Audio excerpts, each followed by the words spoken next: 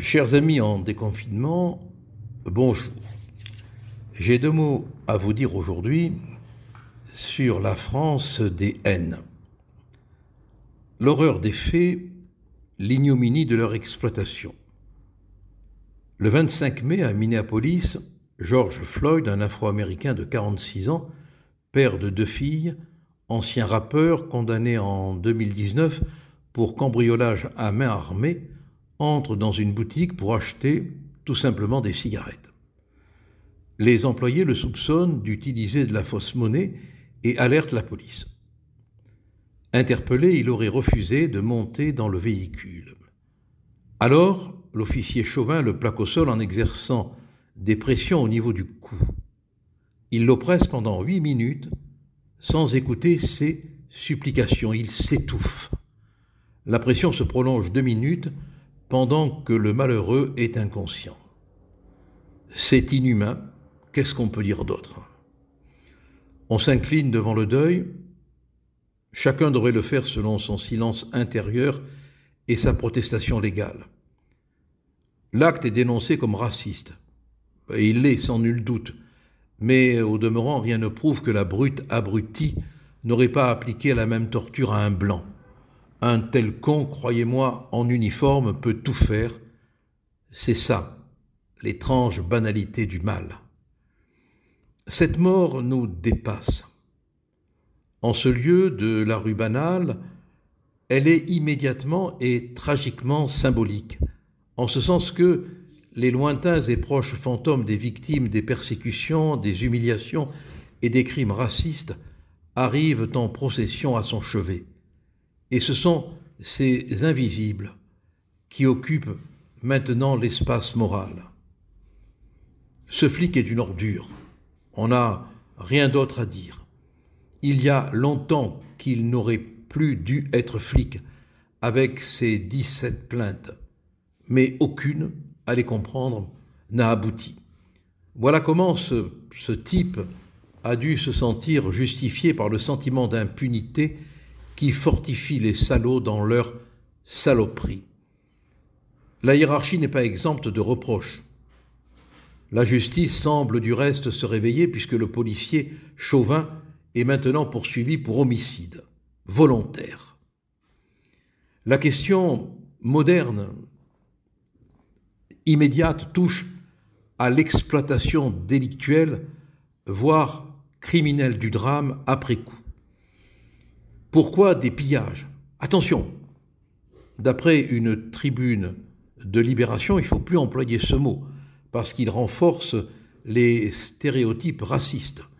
Alors quand un pauvre type se fera casser la gueule par de la racaille, eh bien on dira que c'est une opération esthétique révolutionnaire.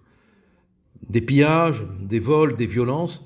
Pourquoi 33 policiers blessés, un tué, 47 véhicules détruits, le siège de CNN incendié, le magasin Vuitton pillé, Rolex saccagé, l'église Saint-John incendiée.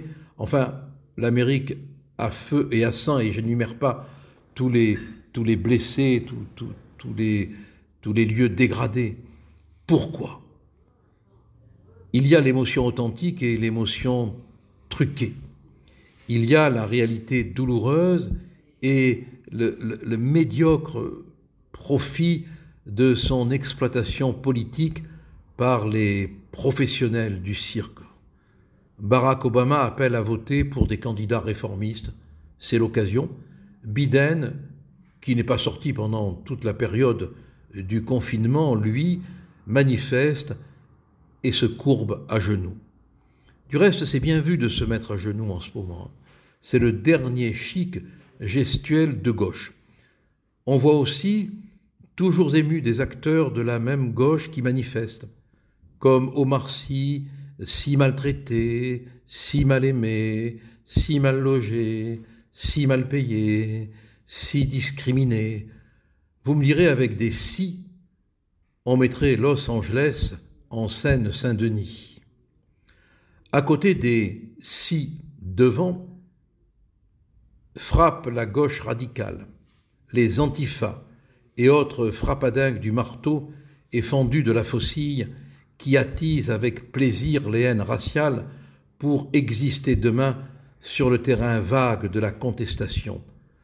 Tous ces sans idées neuves cherchent désespérément à exploiter les vieilles rancunes de l'histoire, à les réactiver, à les raviver. En France, avec nos éternels retraités de la Révolution, nos Jules Vallès du vide, nos Victor Hugo des studios, nos Marx et Engels en gueule, et tous nos intarissables proxos qui tapinent des faux bons sentiments à, je cite, la recherche de nouvelles racines pour l'antiracisme, à la recherche, je cite, Libération, d'un besoin de révolution, d'un rapport de force, je cite, là, Assa Traoré, croyez-moi, on est mal barré pour demain. C'est la gauche allégorique, fantasmagorique, phraseuse, la gauche pingouin d'action, qui rêve d'importer les émeutes raciales en France au cri de, je cite, « Tout le monde déteste la police tue, police assassin, État français assassin, tout un programme de paix, de pavés et d'amour. » Un policier noir est traité d'une manière inacceptable de vendu. Où est le racisme? Et quel rapport entre Adama Traoré et le drame américain? Sa sœur sonore déclare, ouvrez les guillemets, ce qui se passe aux États-Unis a mis en lumière ce qui se passe en France. Elle crie cela devant le palais de justice et devant une foule furieuse.